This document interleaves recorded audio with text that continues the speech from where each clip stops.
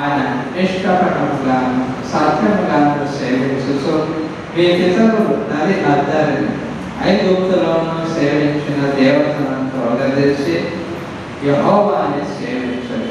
యెహోవాను సేవించటం మీ దృష్టికి కీడని తోచిన ఎడల మీరు ఎవరిని సేవించదరో, నది అద్దరిని మీ పితరులు సేవించిన దేవతలను సేవించదరో, అమోరీల దేశమున మీరు నివసించున్నారే వారి దేవతలను సేవించదరో నేడు మీరు కోరుకోనండి. మీరెవరిని సేవించకపోలేదనో నేను నా ఇంటి వారిను యెహోవాను సేవించదను అని. ఇక్కడ యెహోషువ మన అందరికీ చాలా మందికి తెలిసినటువంటి వచన భాగం. నేను నా ఇంటి వారు. ఒక పాట కూడా, నేను నా ఇంటి వారును నీతి సూర్యుడిని కోరుతాము. యెహోషువ ఒక గొప్ప నాయకుడు. మోషే తర్వాత ఇశ్రాయేలును నడిపించిన వాడు. ప్రజలకు యెహోషువ మృతి పొందే సమయం దగ్గరకు వచ్చినప్పుడు, చనిపోయే సమయం దగ్గరకు వచ్చినప్పుడు ఇశ్రాయేలు అందరినీ ప్రోగు చేసి మొట్టమొదట యూఫ్రటీస్ నది అవతల ఉన్నాడు. ఎవరు? తెరహు. తెరహు ఎవరు అంటే అబ్రహాం యొక్క తండ్రి. ఆ యూఫ్రటీస్ నది దాటి యువతలకు వచ్చింది. అవతల ఉన్నప్పుడు అనేక దేవతలను పూజించేవారు. అబ్రహాం యొక్క వంశం మనం గమనిస్తే చరిత్ర ప్రకారం తెరహు ఆ యొక్క విగ్రహాలను తయారు చేసేవారు. కాబట్టి అనేక దేవతలను పూజించేవారు. అయితే మీరు ఆ దేవతలను పూజిస్తారా? నేను నా ఇంటి వారు మాత్రం యెహోవాను సేవిస్తాను. ఎందుకొరకనంటే మీరు కనాన్ దేశానికి పోబోతూ ఉన్నారు. ఆ దేశంలో మీరు స్థిరంగా బ్రతకాలనంటే, దేవుని చేత దీవించబడాలనంటే దేవుని సేవించాలి. దేవుని సేవించడం అంటే ఏంటంటే దేవుని పూజించడం. సేవించడము అంటే పూజించడం.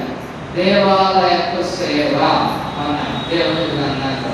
అంటే దేవాలయంలో దేవుని ఆరాధించే విషయంలో లేవీయులకు ఆ కాలంలో దేవుడు ఆధిక్యం ఇచ్చాడు, యాజకులుగా ఏర్పాటు చేయడం జరిగింది. సేవించడం అంటే పూజించడం. మీరు ఎవరిని పూజిస్తారు? నేను నా ఇంటి వారు యెహోవాను పూజిస్తాను.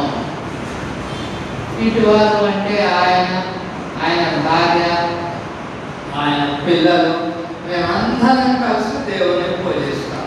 దేవుని పూజించే కుటుంబంగా ఉండాలి. మనం నేర్చుకోవాల్సింది ఏమనంటే ప్రతి కుటుంబము దేవుని పూజించే కుటుంబంగా ఉండాలి. దేవుని పూజిస్తే ఏం జరుగుతుంది? దేవుని పూజిస్తే మనకు పరలోకంతో పాటు ఈ లోకంలో మన బ్రతుకులో మనం చేసే పనులలో జయం వస్తుంది. అరే దేవుని ఆరాధిస్తే, దేవుని సన్నిధికి పోతే, ఇంట్లోనే దేవుని ప్రార్థన చేస్తే ఏం విజయం వస్తుంది? లేదా నా పనులు ఎట్లా నెరవేరుతాయని మనం ఆలోచించవచ్చు. కానీ దేవుడు వాటిని నెరవేరుస్తాడు. యెహోషువకు ఈ విషయాన్ని దేవుడు ముందుగా తెలియజేసి నేర్పించాడు. ఇశ్రాయేలుకు కూడా నేర్పించాడు. ఉదాహరణకు మనం ఆలోచన చేస్తే, ఇశ్రాయేలు యెహోషువ నాయకత్వంలో ప్రయాణమై వస్తూ ఉన్న సందర్భంలో మరి 6వ అధ్యాయానికి వస్తే అక్కడ ఎరికో పట్టణం దగ్గరికి వచ్చాను. ఎరికో అన్నది ఎత్తైన బలమైన గోడలు కలిగిన పట్టణం. ఆ పట్టణపు గోడలు పలగొట్టి లోపలికి పోవాలి అని అంటే ఎవరి వల్ల కాదు. ఎరికో పట్టణస్థుల ధైర్యం ఏంటంటే ఇశ్రాయేలు రాగానే ఆ ద్వారాన్ని మూసేసి లోపల ఉండిపోయి లోపలికి వచ్చి మమ్మల్ని ఎట్లా చేయిస్తారు అని అనుకుంటున్నారు. అయితే దేవుడు వారితో ఏం చెప్పిందంటే 12వ వచనంలో, ఆ దినం ఉదయమున యెహోషువ లేవగా యాజకులు యెహోవా మందసమును ఎత్తుకొని మోసరి 7 యాజకులు పొట్టేలు కొమ్మ బూరలను 7 పట్టుకొని నిల యెహోవా మందసమునకు ముందుగా నడుచుచు బూరలు ఊదుచూ వచ్చేది. యోధులు వారికి ముందుగా నడిచేది, దండ వెనకటి భాగం యెహోవా మందసం వెంబడి వచ్చాడు. యాజకులు వెళ్ళొచ్చు బూరలు ఊదుచూ వచ్చేది. అటు 2వ దినమున వారు రమమాను పట్టణం చుట్టూ తిరిగి పాలనగా వచ్చేది. 6 దినములు వారు ఆరాలు చేయిస్తూ వచ్చేది. 7వ దినమున వారు ఉదయమున చీకటితోనే లేచి 7 మార్లు ప్రాకారంగా ఆ పట్టణంగానే పట్టణం చుట్టూ తిరిగేది. ఆ దినమున మాత్రమే వారు 7 మార్లు పట్టణం చుట్టూ తిరిగేది. 7వ మారు యాజకులు బూరలు ఊదగా యెహోషువ జనులకు ఇలాగు ఆజ్ఞయించాడు, కేకలు వేయి, యెహోవా ఈ పట్టణమును మీకు అప్పగించుచున్నాడు. ఈ పట్టణమును దేనిలో ఉన్నది యావత్తును యెహోవాను శపింపబడని. రాహాబను వేశ్య మనకు పంపిన దూతలను దాచిపెట్టను గనక ఆమెయు ఆ ఇంట ఉన్న వారందరూ మాత్రమే బ్రతుకును అని చెబుతూ శపించబడిన దాన్ని ఏది తీసుకోవాలన్నాడు. 20వ వచనంలో యాజకులు బూరలు ఊదగా ప్రజలు కేకలు వేసిరి. ఆ బూరల ధ్వని విన్నప్పుడు ప్రజలు ఆర్భాటంగా కేకలు వేయగా ప్రాకారము పోలేను. దేవుడు ఇశ్రాయేలుకు ఆయనను ఆశ్రయిస్తే, ఆయనను పూజిస్తే, ఆయన మాట వింటే ఏలాగూ దేవుడు సహాయం చేస్తాడో కొన్ని సందర్భాలలో నేర్పాడు. మీరు యుద్ధానికి పోతూ ఉన్నప్పుడు ఒకసారి హాయ్ అనే చిన్న పట్టణానికి కట్టుకోవాలనుకున్నారు. దీని తర్వాత ఎరుకో తర్వాత ఆ పట్టణానికి కొద్ది మందే పోయింది. ఎందుకంటే హాయ్ పట్టణం చిన్న పట్టణం కొద్దివారే ఉన్నారు, కానీ అక్కడ పోయి ఓడిపోయింది. కారణం ఏంటంటే శపించబడిన పట్టణంలోనిది ఏది తీసుకోవద్దంటే కానాన్ అనేవాడు బంగారు కంపెనీ, చీనాల వస్త్రాలు, 50 తులాల ఎత్తుగల బంగారు కంపెనీ దొంగతనం చేసి దాచిపెట్టుకున్నారు. అప్పుడు వాళ్ళకు విజయం రాలేదు. యెహోషువ చాలా ఆశ్చర్యపోయాడు. ఎరుకో పట్టణం పెద్ద దాన్ని జయించగలిగాం మేము, వీరి చేతిలో ఓడిపోయి చచ్చిపోయాం. యెహోషువ దేవుడు వారికి నేర్పించాడు ఏంటంటే భక్తిగా దేవుడు చెప్పిన మాట ఆయన పూజిస్తే ఎరుకోదో చేయవచ్చు. భక్తిని వీడి దొంగతనం చేస్తే ఒక కుటుంబం ఇశ్రాయేలుకు అపజయించు. కాబట్టి మనం ఏం నేర్చుకుంటున్నామంటే దేవుడిని స్తుతిస్తే జయం ఎట్లా వస్తుంది. యెహోషువ అంటున్నాడు, నేను నా ఇంటి వారు సేవిస్తాను. మన ఇంటి వారు సేవిస్తే మన కష్టాలు ఎట్లా కలుగుతాయి, మనకు ఉద్యోగాలు ఎట్లా వస్తాయి, మన పిల్లలు ఎట్లా బాగుపడతారు, మన ఆరోగ్యాలు ఎట్లా వస్తాయి. అది ఆలోచించేది మన పని కాదు. ఆలోచించిన జవాబులు దొరకదు.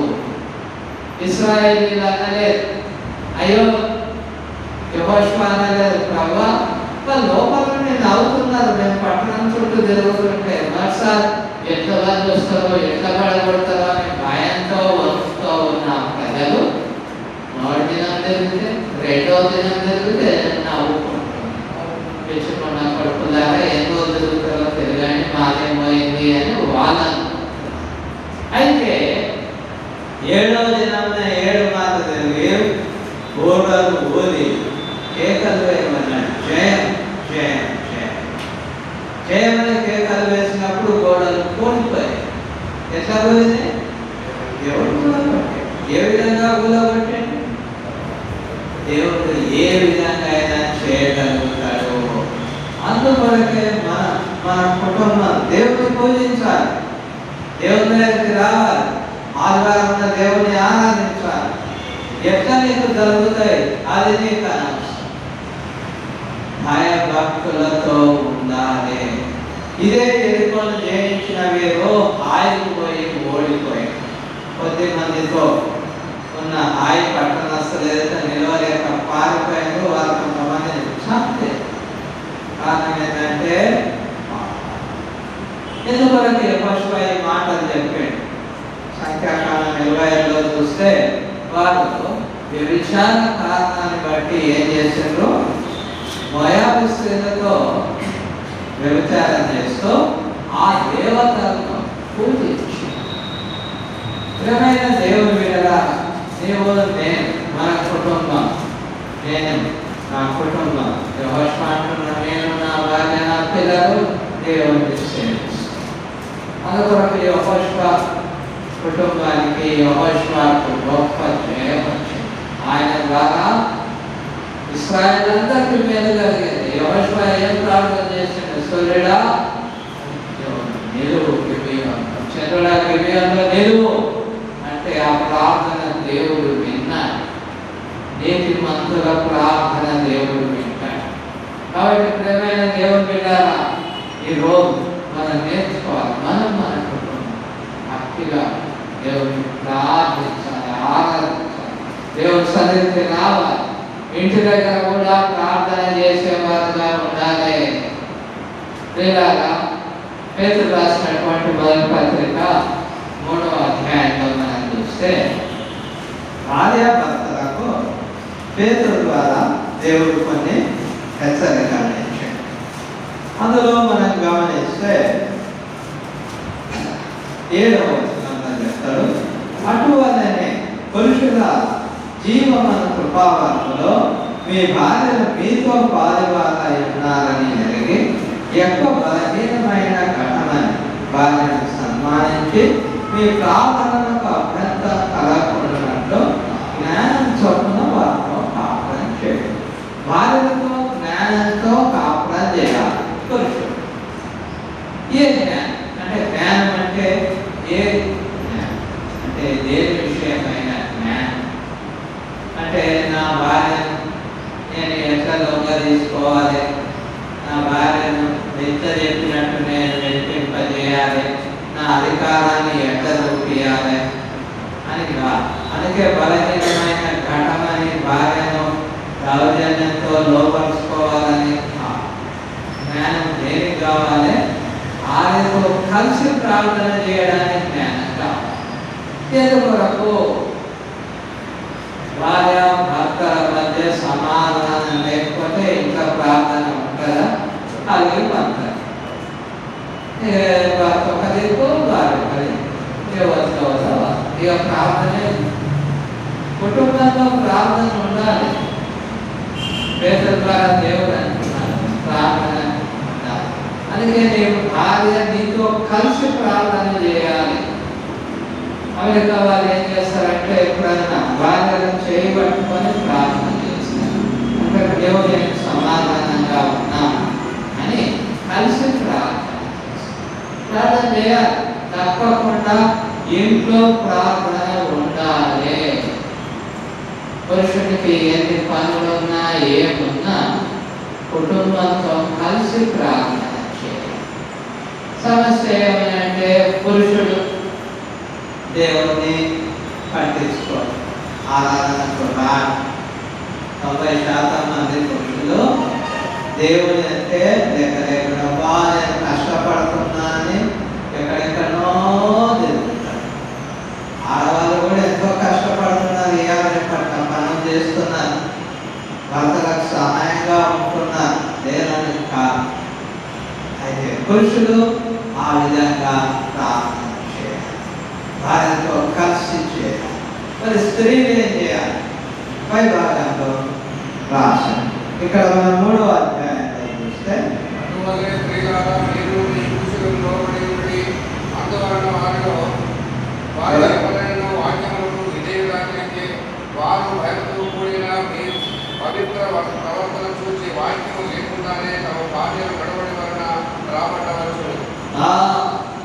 పురుషుల భార్య బాధ్యత ఏంటి? వాక్యము లేకుండానే రాబట్టబడవచ్చును. ఏంటంటే, పురుషుడైనా స్త్రీ అయినా భార్య అయినా భర్త అయినా వాక్యాన్ని కంటే, అంటే వాక్యం చెప్పేదానికంటే దాన్ని అనుసరించే దాన్ని బట్టి ఒకరినొకరు ప్రేమించుకుంటారు. ఒక భర్త వాక్యం తెలియకపోవచ్చు, లేదా వాక్యం అంటే ఇష్టం లేకపోవచ్చు, కానీ భార్య వాక్య ప్రకారంగా పవిత్రంగా బ్రతుకుతుంటే ఆమె ప్రవర్తనను బట్టి భర్త మారుతాడు. స్త్రీలలో చాలా శక్తి ఉంది. కొంతమంది పురుషులేమో పాపాన్ని బట్టి స్త్రీల మాట వింటారు. కిత్తీములో దిగినప్పుడు ఇశ్రాయేలీయులు ఆ దేవతలకు ఎందుకు మొక్కిందంటే ఆ స్త్రీలతో వ్యభిచారం చేసినారు. కానీ భార్య తమ మంచి ప్రవర్తన చేత భర్తల మనసు మార్చగలరు. భార్య అనుకుంటే జరుగుతుంది, రావాలని. నువ్వు ప్రార్థన చేయి, ఎందుకు చేస్తలేవు, నువ్వు టైంకి ఇంటికి ఎందుకు రావు, మన పిల్లలతో కలిసి మనం ప్రార్థన చేయాలా, అప్పుడే మన పిల్లలకు మనకు ఆశీర్వాదం అని భార్య బాగా పోరాడు. నువ్వు చర్చికి రా, నీవు ప్రార్థన చేద్దాం అని భార్య పోరాడేదిగా ఉండాలి. ప్రవర్తనను బట్టి చూడండి. ఇయర్ పట్ల మీరు గమనించేటోళ్ళే, ఎక్కడ పోయినా పెట్రోల్ బంకులో ఎక్కువ ఇప్పుడు ఎవరు కనబడుతున్నారు? ఎందుకు తెలుసా? ఆడవాళ్ళకు దేవుడు ఓపిక ఇచ్చాడు. ఇదే మగోడు వాడు ఏం చేస్తాడంటే ఫోన్ మాట్లాడుకుంటుంటాడు. పరమేశ్వరయ్య రారా మేము పోవాలి, రారా మేము పోవాలి అంటే ఊరాడుకుంటూ వచ్చి మనం చెప్పింది వినదే వినట్టు.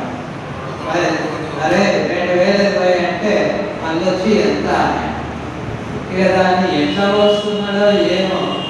డీజిలే పోయిరా అంటే పోస్తాడో పోయాడో అనుమానం, పెట్రోల్ ఎక్కడ పెడతాడో అని ఒక భయం నాకైతే. అదే ఆడపిల్లలు వేగానంలో చేస్తున్నారు.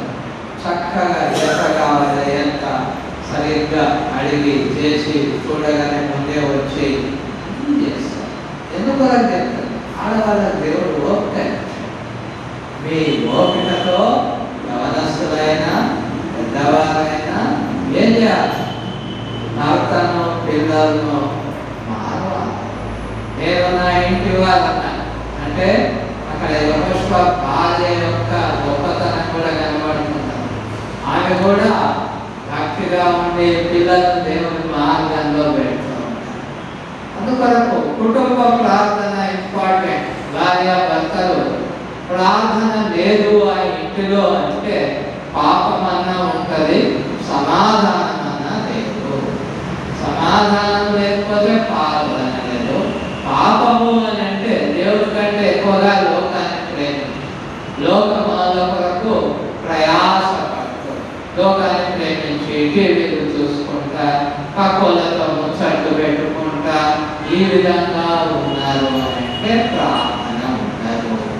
కాబట్టి ప్రియులారా, ప్రార్థన ద్వారా భక్తిగా ఉంటే జయం వస్తుంది మన జీవితంలో. ఎట్లా వస్తుంది అది ఆలోచించేది మన పని కాదు. అదే యెహోషువ ద్వారా ఇశ్రాయేలుకు నేర్పడి ఎరుకో పట్టణం విషయంలో ఎట్లా ఉంటాయి కూడా లోకానికి ఎరుకో పట్టణస్తులకు అదొక వింతగా ఒక పిచ్చి పనిగా కనపడింది.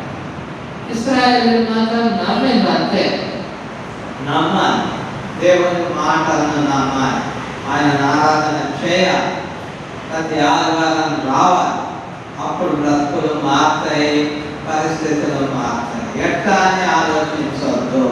మనం అనుకున్నది జరగాలంటే దేవుణ్ణి ఆరాధించాలి. మనం అనుకున్నది జరగాలి, ఇంట్లో ప్రార్థన ఉండాలి.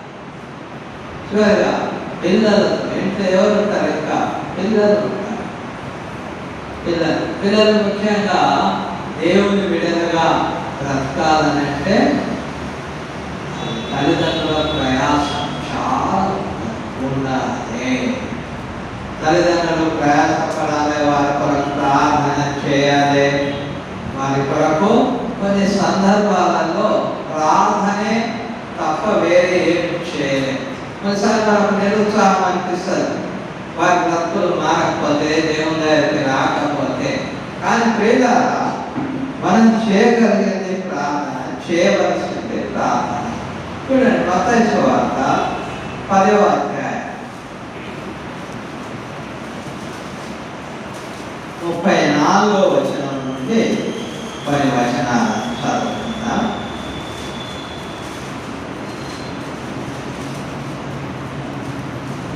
నేను భూమి మీదకి సమాధానంను పంపవచ్చునని తలంచబడి ఖడ్గమునే కానీ సమాధానం పంపుటకు నేను రాలేదు. ఒక మనుషునికి వారి తండ్రికి, కుమార్తెకును ఆమె తల్లికి, కోడలికి ఆమె అత్తకును విరోధం పెట్టవచ్చునని ఒక మనిషిని ఇంటి వారే అతనికి శత్రువులు. తన తండ్రినైనాను తల్లినైనా నాకంటే ఎక్కువగా ప్రేమించేవాడు నాకు పాత్రుడు కాదు. కుమారుడైనను కుమార్తె అయినా నాకంటే ఎక్కువగా ప్రేమించేవాడు నాకు పాత్రుడు కాదు. ఈ సందర్భంగా యేసు మాటలు చెప్పాడు. అంటే ఆయనను బట్టి కొన్నిసార్లు కుటుంబం వెళ్ళిపోతారు. కొంతమంది ఒప్పుకోరు, దేవుని నమ్మడానికి ఇష్టపడరు. కుటుంబంలో పిల్లలు దేవుని నమ్ముతా అంటే తండ్రి ఇష్టపడకపోవచ్చు, తండ్రి నమ్ముతా అంటే పిల్లలు ఒప్పుకోకపోవచ్చు. ఈ విధంగా అత్త నమ్ముతా అంటే కోడలు ఒప్పుకోకపోవచ్చు, కోడలు నమ్ముతా అంటే అత్త ఒప్పుకోకపోవచ్చు. సమాధానం ఉండదు. అయితే నాకంటే ఎక్కువగా ఎవరిని ప్రేమించరు. అంటే దీన్ని బట్టి మనం తెలుసుకోవాల్సింది ఏమంటే, కొత్తగా రక్షించబడిన వారి ఇళ్లలో పిల్లలు క్రైస్తవం కాకపోవచ్చు. దాని కొరకు మనం చేయగలిగింది ప్రార్థన. విలాప వాక్యం 2:19 రేయి మరునామా లేచి నీ పిల్లల ప్రాణం కొరకు నీ చేతులను ఎత్తము. ఏ ప్రాణం? ఆత్మ సంబంధమైన ప్రాణం, పరలోకం చేరే విధంగా పిల్లల ప్రార్థన చేయాలి. తల్లిదండ్రులు ఒక వయసు వరకు చిన్నగా ఉన్నప్పుడు మనం దేవుణ్ణి ఎరిగినప్పుడు ఎదిగితే సామెతలు 22:6 చెప్పినట్టుగా వాళ్ళు నడవలసిన త్రోవను నేర్పాలి. ఏం చేస్తున్నాం? ఎంతోమంది పిల్లలు ఆరాధనకు వస్తూ ఉన్నారు. చిన్నపిల్లలు వస్తున్నప్పుడు పిల్లలు కాబట్టి వాళ్ళు ఎట్లయినా వాళ్ళకి ఏం తెలియదు. అమాయకులు వాళ్ళు ఎట్లయినా పరలోకం పోయేవారు. వాళ్ళు అల్లరి చేస్తారు, అటు ఇటు తిరుగుతారు. అట్లని పిల్లలు లేకుండా ఉండకూడదు, తేవాలి. అందుకొరకే జంటల సంఘంగా ఏం చేసినా మరి చిన్నపిల్లలకు 1 గంట సేపు పాటలు నేర్పి బిస్కెట్లు అవి ఇచ్చి వారి దేవుని గురించి తెలియజేస్తారు. వాళ్ళలో ఆ విధంగా నేర్పాలి. నువ్వు గుడికి రావాలన్నా నేర్పుతావు, గుడికి పోవాలని ఎట్లా నేర్చుకుంటాడు. తల్లి గుడికి వస్తుంటే పిల్లలు కూడా నేర్చుకుంటారు. పిల్లలు చిన్నప్పటి నుండి తీసుకొని రావాలి. తీసుకొని వస్తుంటే పెద్దగా అయిన తర్వాత చిన్నగా ఉన్నప్పుడేమో అమ్మా నువ్వు ఎక్కడ, అబ్బో నేను వస్తా అని ఎప్పటి పడతారు. పెద్దగా అయినట్టే ఏం చేస్తారనంటే రాదా అని అంటే రాదు. నాకు స్పెషల్ క్లాస్ ఉంది, ఆ క్లాస్ ఉంది, ఈ క్లాస్ ఉంది, ఏదో కారణాలు చెప్తారు. తల్లిదండ్రులు దాన్ని గ్రహించి పిల్లలను సరి చేయాలి. అది తప్పిపోయే వయస్సు. అక్కడ మన పిల్లలను తప్పకుండా చూసుకోవాలి, తప్పిపోకుండా. మంచి దేవుని దగ్గర నుంచి దేవుని బిడ్డలుగా భక్తిగా ఉండేటట్టు నేర్పాలి. అక్షరంకు 3 బిడ్డలు ఆడపిల్లల తండ్రి, కానీ దేవుడు గొప్పగా దీవించాడు. ఆ పిల్లలు ఎంత భక్తిపరులంటే నేను వాక్యం చెప్తుంటే ఈ పాస్టర్లు తీయకముందే రెఫరెన్స్ టక తీసి అవుతారు. అంత మంచిగా పెంచుతారు. నాకు చాలా సంతోషం. ఆ వయసు ఇప్పుడు ఇంటర్మీడియట్ ఉంది, అది ఆ వయసులో కొద్దిగా పెద్దగా అయిపోతే దేవుని దగ్గర కానీ మన పిల్లలు మనం దేవుని దగ్గర వచ్చినట్టుగా చేయాలి. ఎందుకొరకు దేవుని చేత ఈ లోకంలోనే దీవించబడడానికి కాదు, ఈ లోకంలో దీవించబడుతూ పరలోకం చేయాలి. ఒక కుటుంబం పరలోకం చేరాలి. అందుకొరకే 1 Peter 3:8 ఏమన్నాడు? జీవమును కృపావరములో మీ భార్యలు మీతో పాలివారని ఎరిగి. పరలోకంలో జీవంలో భార్య కూడా పాపం ఉన్నది, నీ భార్యను కూడా గుడికి తీసుకురా. నిత్య జీవనంలో నీ భార్య కూడా పాపం ఉన్నది కాబట్టి ఆమెతో కలిసి ప్రార్థన చేసినట్టుగా జ్ఞానం చొప్పున కాపురం చేయి. మనము మన కుటుంబం ఆ నిత్య జీవాన్ని పొందాలి. అన్నాను వేరు గుర్తుగా ఉంది, పరలోకానికి గుర్తుగా ఉంది. మనకు పరలోకం, మనము మన కుటుంబం పరలోకం చేయాలనంటే దేవుడు భయభక్తులు కానీ దేవుణ్ణి ఆరాధించాలంటే దేవుణ్ణి ఆరాధించాలి. ప్రతి ఆదివారం వాళ్ళు ప్రతి శనివారం వారు ఏం చేసినట్టు సర్వాదినాన్ని ఆచరిస్తున్నారు, దేవుని వాక్యాన్ని వింటున్నారు. మనం ప్రతి ఆదివారం దేవుణ్ణి ఆరాధించాలి. ఇంటి దగ్గర ప్రతిరోజు దేవుని ఆరాధించాలి. అప్పుడు దేవుడు తన కార్యాన్ని జరిగిస్తాడు. ఎట్లా జరిగిస్తాడో మనకు అనవసరం. వాటి క్రీడారా మనమందరం మన కుటుంబాలతో యెహోషువ వలె భయభక్తులు కలిగి ఉండాలని దేవుడు హెచ్చరిస్తున్నారు. ప్రార్థన చేసుకొని కోడికను ముగించుకుందాం. దాని తర్వాత అందరికి భోజనం సిద్ధపరచబడ్డాయి. భోజనం చేద్దాం. ప్రార్థన చేస్తాం. పరిశుద్ధమైన దేవ, ప్రేమ కనికరంగల తండ్రి, కృపగల రాజా, నీ కృపగల పాదాలు స్తుతులు స్తోత్రాలు వందనాలు చెల్లిస్తున్నాను. తండ్రి, పరలోకం నుండి దిగి వచ్చి మా ప్రభు సిలువలోనే ప్రాణించి మమ్మల్ని అందరినీ నీ బిడ్డలుగా చేసుకున్నాను. మమ్మల్ని మా కుటుంబాలను యెహోషువ కుటుంబం వలె తీర్చిదిద్దండి తండ్రి. పాపానికి దూరంగా ఉండటకు, నీ మాటలను నమ్ముటకు మాకు నేర్పించాలి. నిత్యం నిన్ను ఆరాధించే బిడ్డలుగా, నీ మందిరం చేరి నిన్ను ఆరాధించే బిడ్డలుగా ఉంటాం. అదేవిధంగా ఇంటి దగ్గర నిన్ను ప్రార్థించే బిడ్డలుగా ఉంటాం. మాకు మా కుటుంబాలను సహాయం చేయాలి. కొన్ని వచ్చిన దైవజనులందరినీ దీవించాలి. నీ బిడ్డలందరినీ, స్త్రీలను, పురుషులను మీ కృపగల హస్తాలెత్తి దీవించాలి. ఎవరికి ఏ అవసరం ఉన్నదో దాన్ని తీర్చాలి.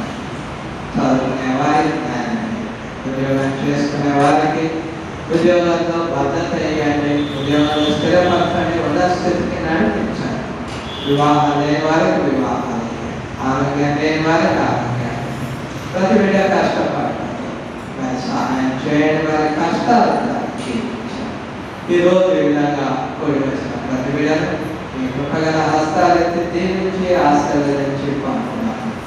ఏసే శక్తి గల ప్రార్థించి వేడుకొంచున్నాను.